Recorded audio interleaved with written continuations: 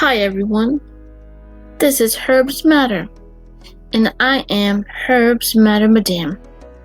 And in today's session, we are going to talk about the amazing herb oregano. It makes our food delicious. It has medicinal properties that help with a lot of illnesses. And third, it can be used for magical purposes. And that's what makes it so amazing. But before I get into it, I want to introduce to you a few people that are critical to us having herbs available at our disposal at any time. My first person is Farmer Judy. Thanks to her, she makes sure that the farm is farmed correctly, that there's enough nutrients, enough irrigation for all of our herbs to be grown. We have with her irrigation specialist Sue. She makes sure that the soil is perfectly soaked with water and nutrients to bring the best harvest in our oregano. Once our herbs are grown, they're given to our herb preparer Julie. She will either make it into powder or into like a tea preparation, or she'll make it into oil so that we can use it for whatever it is that we need. And finally, I have my chef Juby. She is the best cook. She's amazing. She makes the best dishes, and they all come out savory and delicious thanks to use of our favorite herb, oregano. Now I'm going to just show you what a typical farm might look like, with the house and the shed that holds all the greens and the herbs I say.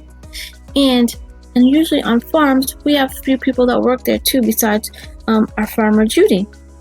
I want to introduce you to them too. One of our key employees would be our farmer Bruno.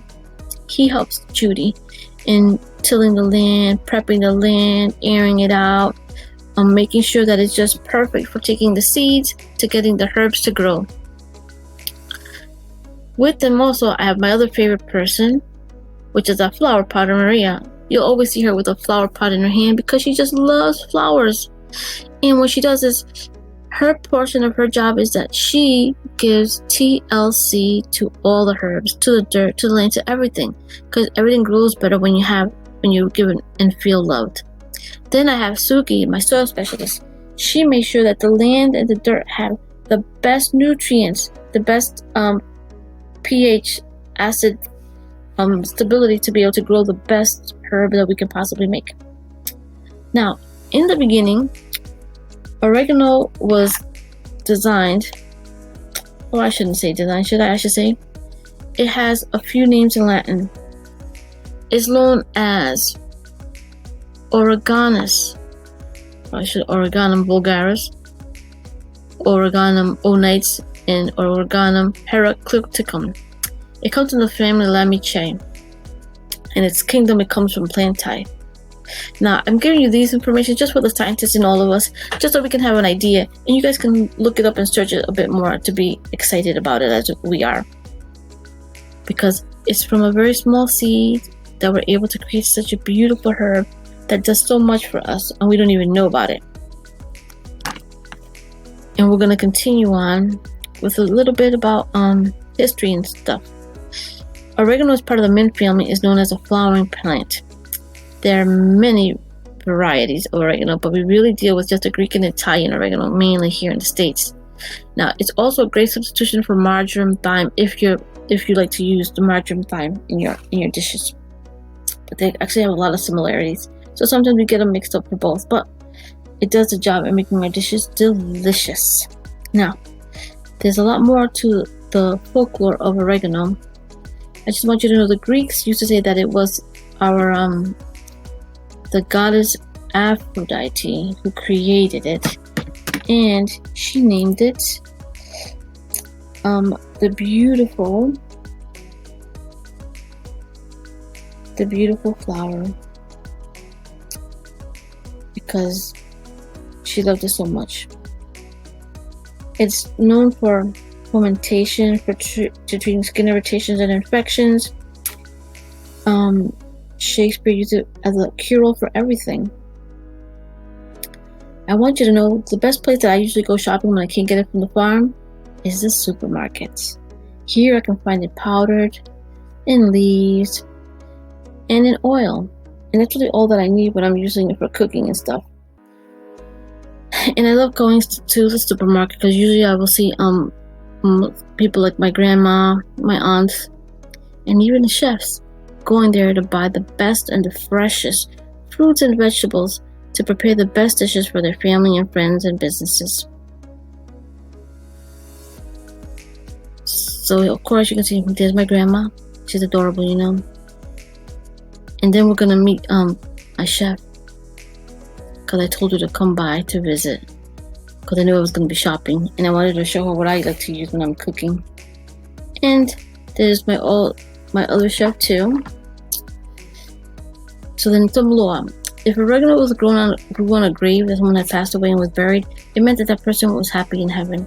During Roman times, we crowned beasts with oregano to make sure people had ensure a long life and happiness. And you can use oregano at the first time of sniffles.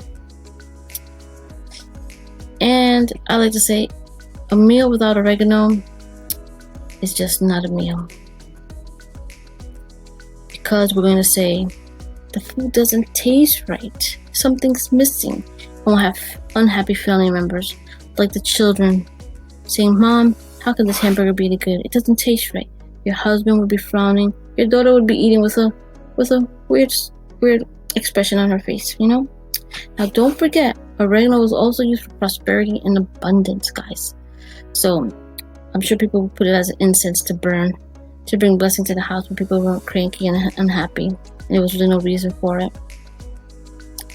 I'm going to introduce you to a few other people that I have.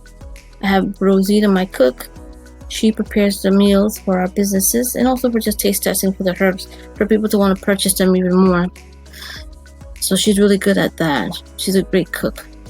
Of course, then we have our taste tester, Emily. She loves tasting our foods with the seasoning of oregano, and she'll always give us a thumbs up if it's perfect. If it's not, trust me, she will tell us. And of course, then finally, I have my chef, Winter, who we met already at the supermarket. She's the one who prepares our food, and she goes above and beyond the necessary to make sure that we are going to be happy with our meals. But that's most of my crew, guys, in my farm here that creates and grows the herbs that we use, that I'll be teaching you all about. Then just want to show you some of the dishes that we use oregano the most for. Would be our salads, especially in Italian dressing. We use it for seasoning our chicken, poultry, turkey.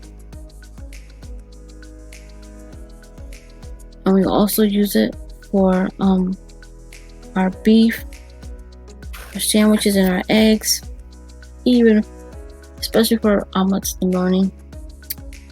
And oregano makes it taste delicious. And you don't have to use much, just a little bit. So now I'm going to touch upon one of the other rare things that oregano was used for in the olden times. Oregano was said that it could bring prosperity and abundance and protection. So people grow it all around their houses. People would make sure that they each have a plant of it, especially in their kitchens. Because what they would say is, that let's just say there's a disagreement between two people, right? And I'm going to have like two people here. And to calm it so that things don't get out of hand, people would have the fresh flowers of oregano somewhere in the kitchen. So with the scent of oregano, whatever issues or angers could be calmly resolved and not be escalated and going in the wrong direction. That's what I love about the law. And people would use it for prosperity spells too. And it was the best thing ever. And it could be used for toothaches too. It was just amazing, guys. I'm just gonna have you meet again some of my most important people in my farm here. I've got Bruno, and I'm sure he's saying hello there, everyone. Hoping that you're enjoying our oregano. My beautiful Maria.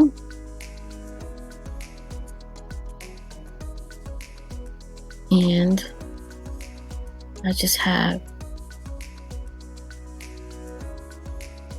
my most important other farmer, Mr. Takeshi. And I have just one more member, I believe. that I want you guys to meet, which is finally Chi-Chi. And that's it, guys. I want you to enjoy using your oregano. Go to the supermarkets, purchase some, and be happy with your meals. Thank you.